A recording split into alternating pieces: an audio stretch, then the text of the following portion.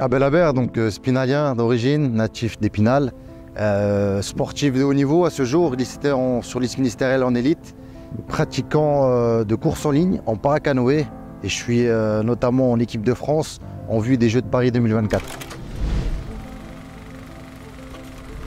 J'ai subi un accident en 2003 sur Épinal, accident scooter contre voiture, et je me retrouve malheureusement amoindri, amputé d'une jambe au niveau fémoral, et à ce jour appareillé donc avec des genoux à microprocesseur, lame de course et autres équipements sportifs. Et à la suite de mon accident, je suis tombé dans le sport en guise de rééducation. Au lieu de me ronger et de broyer du noir, eh bien, j'ai trouvé une thérapie, un médicament qui est important pour moi, qui m'aide encore aujourd'hui, donc sur des projets, des défis qui amènent du positif. La boxe a été une école de la vie.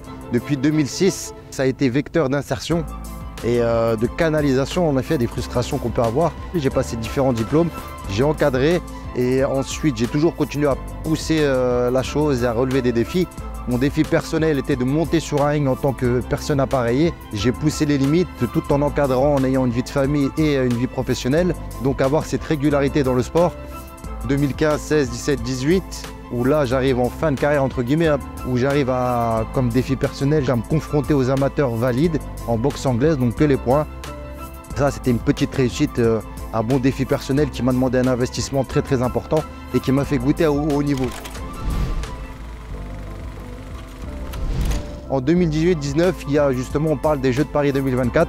Le comité paralympique sportif français, le CPSF, donc, fait des détections dans toute la France. Je participe à l'une d'elles et puis je découvre une discipline qui est axée vraiment sur le sprint, une grosse condition physique et donc qui correspond donc au paracanoë, sprint canoë-kayak sur 200 mètres. Donc c'est un effort de 50 secondes et l'objectif principal c'était de rentrer en équipe de France. Donc en 2020-21, je commence à faire des chronos intéressants et à la suite d'un championnat de France, je réalise un top 15 mondial qui me permet de rentrer en équipe de France, en collectif France. En 2022 au Canada, en championnat du monde, je finis 5e mondial. Et plus récemment, au championnat du monde en Allemagne, je fais un 8e place mondiale. On peut se dire que malgré certains obstacles, il est important de passer et de voir au devant. Et toujours trouver un support. Pour moi, pour ma part, ça a été le sport. C'est important de ne pas lâcher, d'entrevoir notamment à travers tel ou tel support l'envie de se dépasser. Et puis des défis personnels, pourquoi pas, rien n'est impossible. Moi dans mon cas, je me dis que rien n'est impossible. Et puis se donner à 400% nous permet justement d'être dans une dynamique positive et d'être équilibré dans ce monde. C'est important aussi d'avoir, comment dirais-je, une motivation importante parce que c'est pas tous les jours rose, surtout quand il fait froid ou quand on manque de motivation, de dynamique, c'est des efforts à fournir.